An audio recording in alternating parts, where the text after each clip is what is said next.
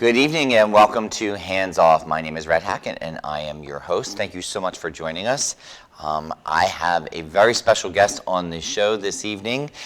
His name is Ryan Saw, and that is all I'm going to say. So I'm going to turn it over to him and I'm going to have him introduce himself. So Ryan, thank you so much for doing this and coming on. And I think everybody will understand why I'm saying you're a special guest after you have introduced yourself. So go ahead.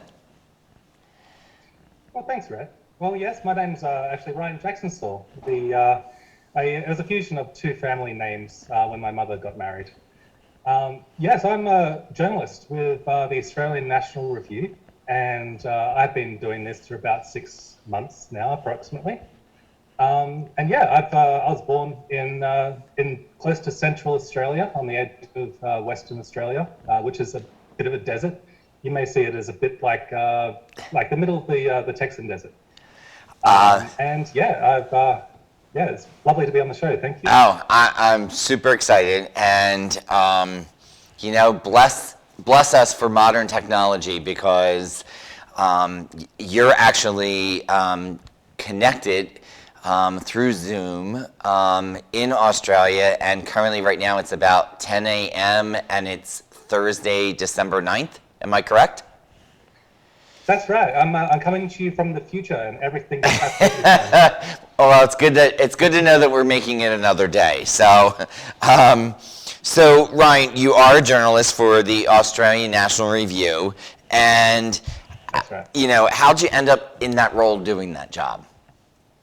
Well, actually, through my study. See, I was doing college and studying screen and media, and part of our projects was to conduct several interviews. And I came across Wayne Glue, who was an Australian truck driver who was talking about going on a big strike. And that was big news when that was happening. And so through him, I did some interviews and I got the attention of Australian National Review in the process of doing that. And I met another Wayne, who's now my boss. And so basically, you could describe it as freelance journalism. So no one's telling us particularly what to shoot, what the narrative is. We are uncontrolled in a way. We basically go through a vetting process for every story we release, but that's kind of up to us. So we try and stay on the edge of everything that we do. Yeah. So I'm going to end up hopping around a little bit on this, but so your news platform, is there something that is in comparison to something here in the United States that you could use? Like, is there something similar? I would probably say that we're very similar to InfoWars. We have our own kind of Alex Jones, and that is Jamie McIntyre. And he's a bit of a celebrity here in Australia. He always tells it like it is, and he's always telling the stories that mainstream media simply will not cover. You can also bring a bit of a comparison to Rush Limbaugh as well. Okay, all right. So just to give a little bit of background, and I'll explain how you and I ended up, having you come on this show. So through my foundation, I connected with a family down there in Australia, and she was the one that kind of pointed me in your direction, and I guess it was about a month ago, almost to the day actually, that you interviewed me for your show, and I kind of knew in that moment that I needed to have you come on mine, and asked you at the end of all of it. So I appreciate you doing this because, and I know we were kind of joking about this before this started, but this is actually your first interview in which you're kind of like on the other side of the desk in regards to somebody asking you the questions. Can you talk a little bit about what that's like for you? Sure. I'm certainly not used to being interviewed. I'm used to asking the questions, so it's great to see what it's like on the other side, of course. That's not. It's like that puts a lot of pressure on the person. It's nice to see that. Well, you know what I like is that it will expand your perspective, and I hope that you are just as comfortable as you made me when I was being interviewed by you. And going forward, you'll definitely know how your other guests feel. So, you've done quite a bit of reporting about COVID and quarantine, vaccine, all of that. Can you talk a little bit about A, that reporting, and B, explain why you've done so much on that? Absolutely. Well, the reporting itself is remarkably easy to find people to talk about this issue because we've had a problem, and I'm sure the same problem is relevant over there, where most of the media will simply not cover the other side of the story. And so there is a tremendous need for people to actually speak out on both sides of this issue. And we provide a really good platform for people. So I've had doctors come to me, I've had nurses come to me, I've had police officers come to me who just want to tell their story and get it out there because they have suffered quite a lot of losses due to some of you could call it totalitarian-esque restrictions that they have had to face. And many have lost their jobs because of it. So yeah, that's why we're doing the work that we're doing to cover it. The COVID story itself is the biggest story that we have had to go through for probably the last 100 years as a species. It's affecting everybody. And so it's really, there's a lot of big decisions that are going to be coming out of everything that's happening now. And the biggest decision, I guess, is what do we vote for? Safety or security? Absolutely. Or liberty, I should say. Yeah, and I know that things were really, for lack of a better phrase, upside down in your country there.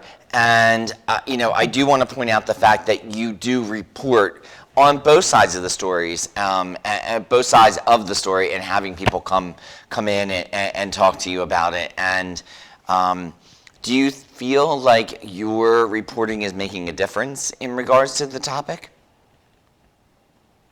I believe so, of course. When you only get one side of the narrative, and every household in Australia only has usually one TV, and that the TV is always broadcasting the same narrative. So people are increasingly going online to look for the other side of the story because they know it's there. And that's where we step in because we primarily operate online, like many of the channels that are around now. And we're seeing the rise of independent media, which is absolutely wonderful. Yes. Decentralization of information. And we're kind of on the edge of that. Yeah. So the reason why I ask you that question is because this show, we talk about topics and subject matter on here that, is related to child abuse, domestic violence, bullying, to speaking with people that have gone through things, come out the other side successfully, working with law enforcement agencies that support them. Like you, there's topics or there's perspectives that are not often explored, and that is different than what you would find in the mainstream. And we are also online and streaming. And I believe that we do make an impact because we're able to reach a really broad audience and talk about things that people typically have not had a platform to speak of. So that's why I respect you and what you do and your show and your journalism. So, and speaking of going through things, so personally for you, you've gone through quite a transformation. And I would like it if you could possibly just elaborate on what it is I'm speaking of before we go to break. And then when we come back, we'll pick it up from there. So can you talk a little bit about like how things have changed for you? Absolutely. Well, I've, as a person, gone through quite a lot of change in my life. The reason I'm on this show, I suppose you could say, is because I'm also a survivor of both sexual and physical abuse, and quite a lot of neglect as well. And that put me on the back foot from a very young age, where I felt like an outcast. I felt like I was someone who wouldn't fit in or belong anywhere in any social group. And it took quite a toll on me. And I, like many people, have actually experienced transgenderism and come out the other side of that as well. And yeah, I'm sure after the break we'll be able to talk quite a lot about that. Absolutely. So what we'll do is we'll take the break, and when we come back, I'm going to speak a little bit further with Ryan and ask him some questions as it relates to that. And really, what is the impact of life, and how has that all worked out for him? So we'll be right back right after this.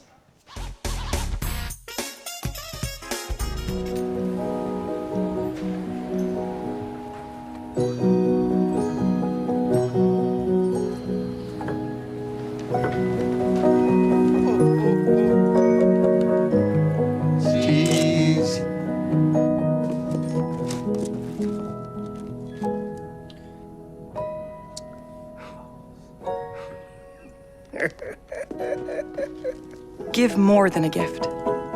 Etsy.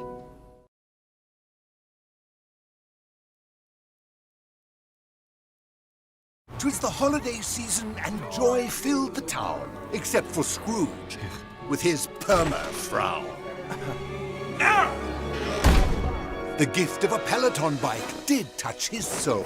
Riding fast, flowing proud, getting hella swole. You can do it! I'm doing it! Was Scrooge a new man? Yes! Oh, without doubt. When your workout's a joy, it's a joy to work out.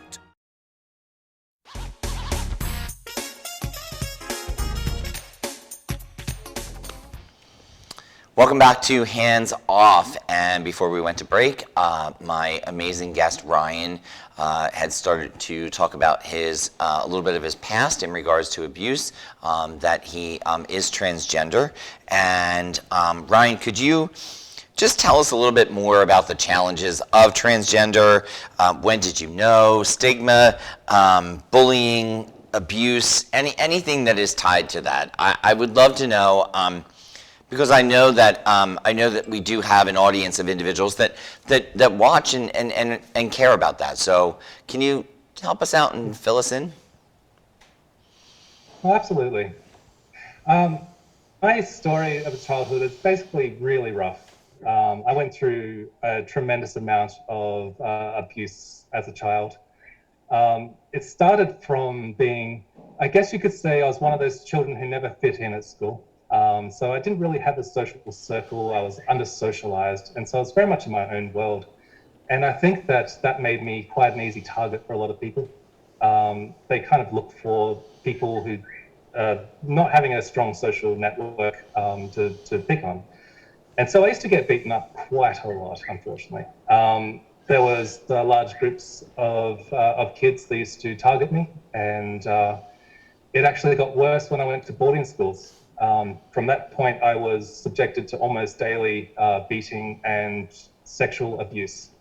And that went on for years. And that led me to a state of what you could call disassociation. So I didn't feel like I was my body, and I didn't feel like I was real in the world. I used to just kind of wander the streets in a daze, didn't go to school, and no one missed me. So that was a very tough period of my life.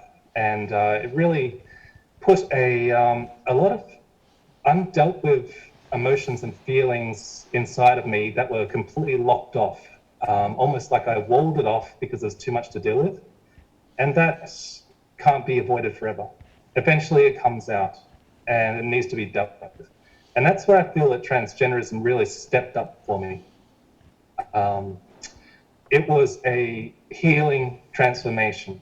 And I think that many people misunderstand what transgenderism is. At least I can speak from my own experience.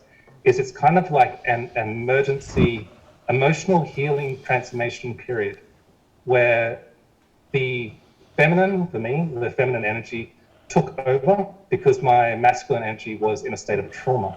And in the process of taking over, I was able to heal my masculine energy while living in a completely different life, if that makes sense. Oh, it absolutely makes sense, and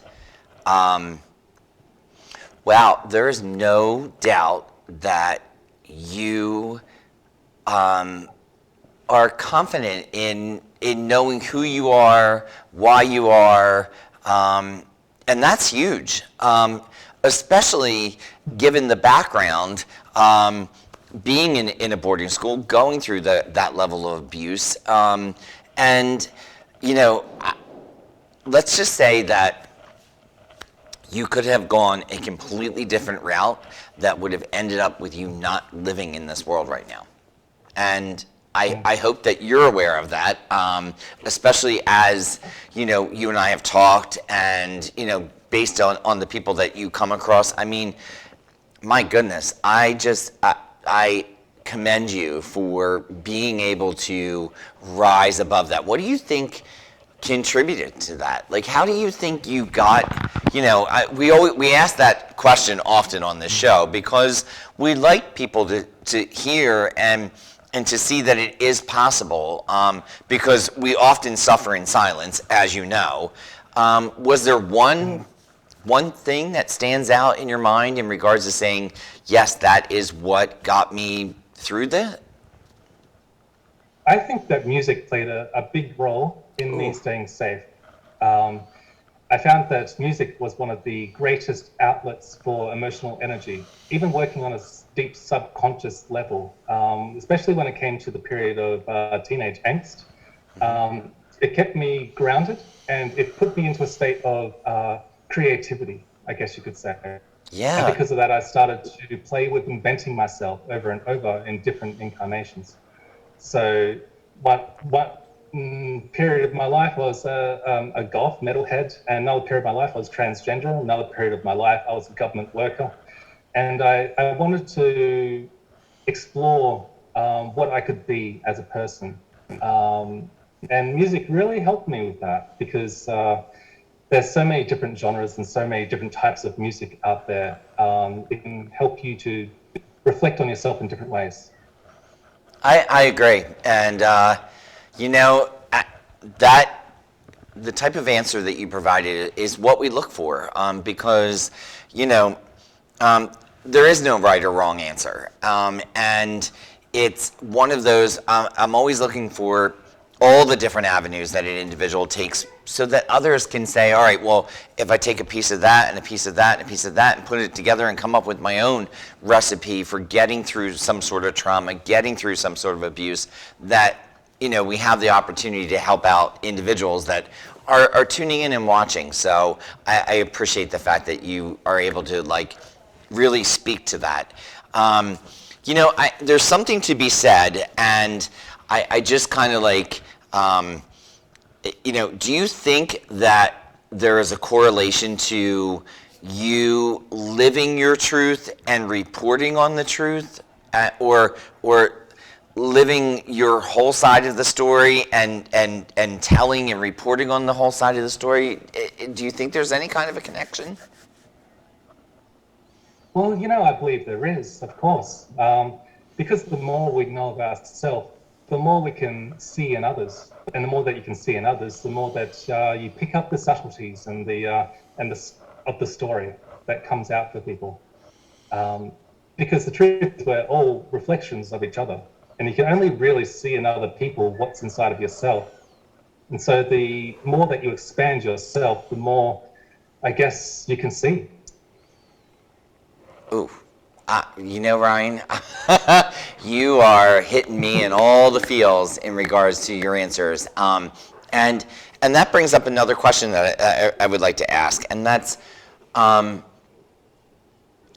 believe that you're who you are and the way that you explain yourself and your honesty and transparency, I believe that that's why people that you are interviewing feel comfortable to speak to you. Do you think that that's, I know that you're not always the person being interviewed, but I'm sure as people learn and hear about you, there is a level of comfort, no doubt.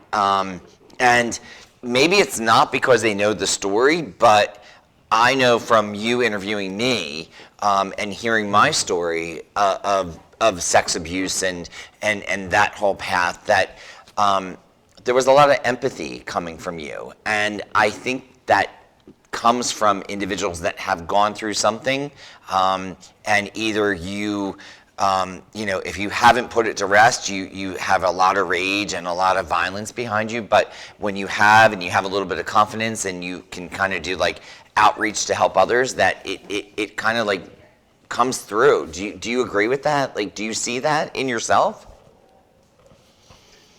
Well, I certainly hope that people feel comfortable when I interview them. I think that you're spot on when you say that people who've gone through abuse have more empathy, or they can. It's always a choice. End of the day, I think that traumas can be some of the greatest gifts that we receive, even though they are often horrendous. It's how we transmute that trauma that can be the strongest growing sort of root for us, I guess you could say. And you can turn all that energy into something very positive for yourself in the end of the day. So I try to take people in, I try to make sure that they're comfortable and they really have an avenue saying what they need to say. And that's what A&R does as well. We don't try and put words in people's mouths because their truth is their truth. And all we're doing is showing that. And I think that's what we're getting back to, proper journalism at this point. We're not coming in with trying to force a storyline. And I think people are getting sick of that, to be honest. Yeah, I'm so with you, because if that's what we're going to do, then why do we have guests? I mean, I could sit here and report on all the things that how I want it to be, and I don't like that. I'd rather have somebody coming in and talking about and telling me what their perspective is or what they did. So, man, all right. So let me ask you this: What do you think that we can do better in educating individuals on these subjects, that, abuse, transgender, whatever, so that individuals are not lashing out, that there isn't a stigma, that, there's a level of acceptance and, quite honestly, on a global level, increase in empathy. What do you think we can do better? Well, I think for a start, we need to stop lashing out at people who are just simply telling their own truth. Just because someone has an opinion differing to yours doesn't invalidate your opinion. And for me, transgenderism was just a process of healing. For another person, that might not necessarily be the truth. That doesn't mean that we can't get along. And I think that it's the collective whole of everyone's perspectives, which is so fascinating and so beautiful. There's my answer. I think that we need to rediscover fascination with each other, rather than feeling judged or put into a box by them. And the more interested we become in each other, the more we connect. That's a really good point. And to that, when you speak to individuals and you tell them that, you are transgender, do you find, are there intrusive questions that people ask you that they shouldn't, or are there questions that people can ask you that are better? What is the best approach, or is it just a matter of not asking questions that just, in terms of just, oh, okay, you are Ryan, and, When I was living as a transgendered woman, I was asked all kinds of inappropriate questions, and it was happening all the time. I was asked if my breasts were real. I was asked if I had surgery down there. I was asked if I was gay. All these sort of questions that you don't ask people typically in polite conversation. Yes. Suddenly, everyone's like, "Oh, I need to find out more about what this is, because it's an unknown thing to me. It's foreign." And so there's no bad feelings, but when it happens constantly, it's very stressful, of course. And I kind of got sick of it. End of the day. Yeah. And how did you, do you cut that narrative off when people are asking these questions? Or is it just a matter of at this point, you know how to handle it and move on? Well, for most people, I answer questions, but most of the time I try to diffuse with a bit of humor. Try to turn the conversation around to them. It's like, are those real shoes? That sort of thing. Because you don't have to, just because you're open and out and different, doesn't mean that you need to answer everyone's questions. You know what? You cut me to the chase. I was going to say, the phrase I was actually going to use was that it's not like a wide open door that says, okay, now you can ask me anything you want. So I know that we're coming to the end, so I want to make sure that I allot time for this.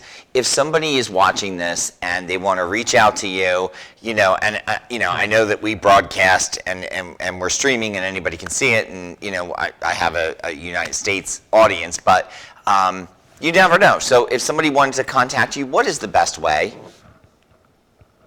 Sure, absolutely. Well, I've got a Facebook account, which is Ryan Saw, and you can find me because you have the big A&R picture on there.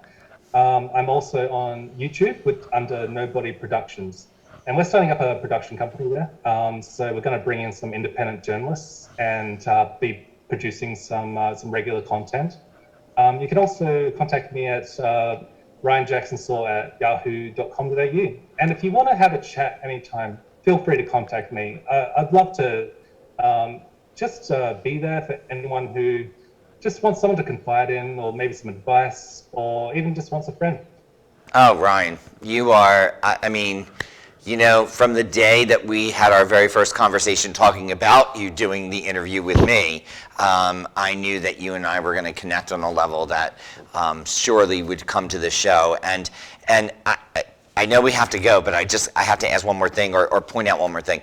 You've only been a journalist for how long? Well, I've been doing it for about 6 months. 6 months. Yeah. Yeah, it hasn't been a long time, but in that period of time, I feel that I've actually grown quite a lot. Like any new role will pull you to grow. Absolutely. And the reason why I mentioned that is because I talk about this often on the show, is that, don't set aside any dreams or ambitions or things that you think that you can do, because you can do it. And, Ryan, you are an example of that. And, every single day that you get up, you are representing to somebody and saying that, I can do this, I can be this. And I really, honestly, I appreciate you doing this for me. And, this will not be our last interview, whether it's my show, your show, or something that we end up doing together. So I really appreciate it. And I wish you so well. Thank you so much, Rhett. It's been an absolute pleasure being on your show. Awesome. And I hope we get to reach a lot of people. Yes, absolutely. And when I put this out, I will make sure that I tag you in everything. And anybody that follows me on social media, they'll be able to contact you. And you can chat with Ryan, and who knows, he might be the one interviewing you. So that's our show. Thank you all so much for tuning in, and continue to watch our show and meet people like Ryan. Thank you so much. Have a good night.